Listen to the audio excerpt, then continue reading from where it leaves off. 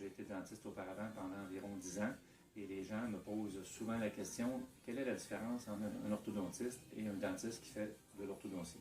Alors la réponse est assez simple, le dentiste fait un peu de tout en pratique générale, donc un dentiste généraliste par définition fait des plombages, des traitements de canal, des couronnes, un peu de tout, incluant de l'orthodontie pour ceux et celles qui ont l'intérêt pour le faire. L'orthodontiste, de son côté, lui, va faire son cours de chirurgien-dentiste au début.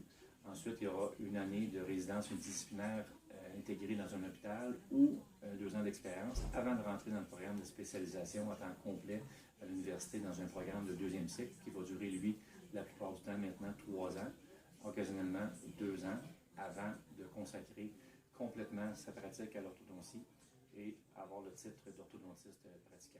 La question qui m'est souvent posée, c'est est-ce que ça prend une référence d'un dentiste généraliste afin de consulter un orthodontiste? Non.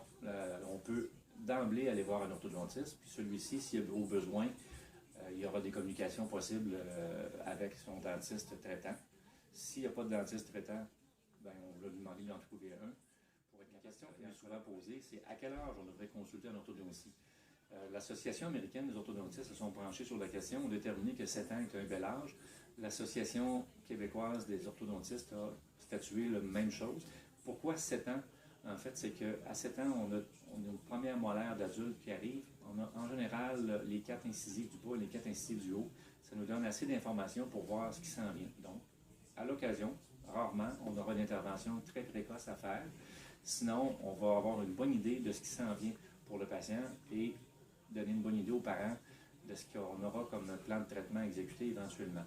Donc, à 7 ans, c'est prudent d'avoir un examen.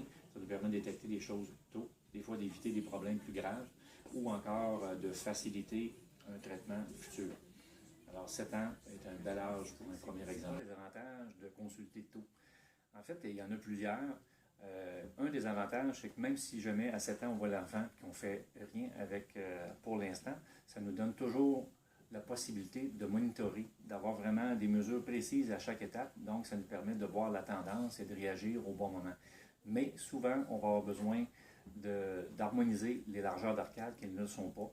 Ça peut favoriser l'éruption des dents au bon moment ou empêcher les dents qu'on dit incluses, une dent qui resterait coincée dans l'os parce qu'il manque de place. Donc, souvent, on va avoir à créer ça. Il y a des asymétries qu'on voit aussi, qu'on va voir, qu'on appelle nous autres une occlusion croisée. Ça veut dire que les dents sont en ciseaux qui se croisent d'un côté, donc qui pourraient influencer de façon négative la croissance de la mâchoire pour finir par une déviation et nous entraînant par le fait même la possibilité de faire une chirurgie de la mâchoire. Donc, on voudrait éviter ces problèmes-là. Souvent, c'est tout simplement de créer de l'espace pour permettre aux dents d'érupter, de faire leur éruption correctement.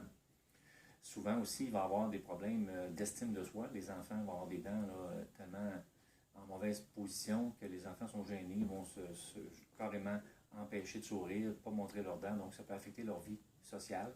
Je pense que puis il y a d'autres raisons là, aussi, donc ça vaut vraiment la peine. On n'est jamais perdant de consulter trop tôt. Moi, comme je dis toujours, il vaut mieux consulter trop tôt que trop tard. Il y a des choses qu'on peut faire en jeune âge qu'on ne peut pas faire plus tard chez l'adulte ou à la fin de l'adolescence. Alors, on n'est jamais perdant en consultant. Alors, merci d'avoir écouté ces capsules. Pour plus d'informations, vous pouvez visiter notre site internet au www.lesortho.ca ou suivre nos activités sur Facebook, Dr Daniel Godin, orthodontiste. Alors, merci. À la prochaine.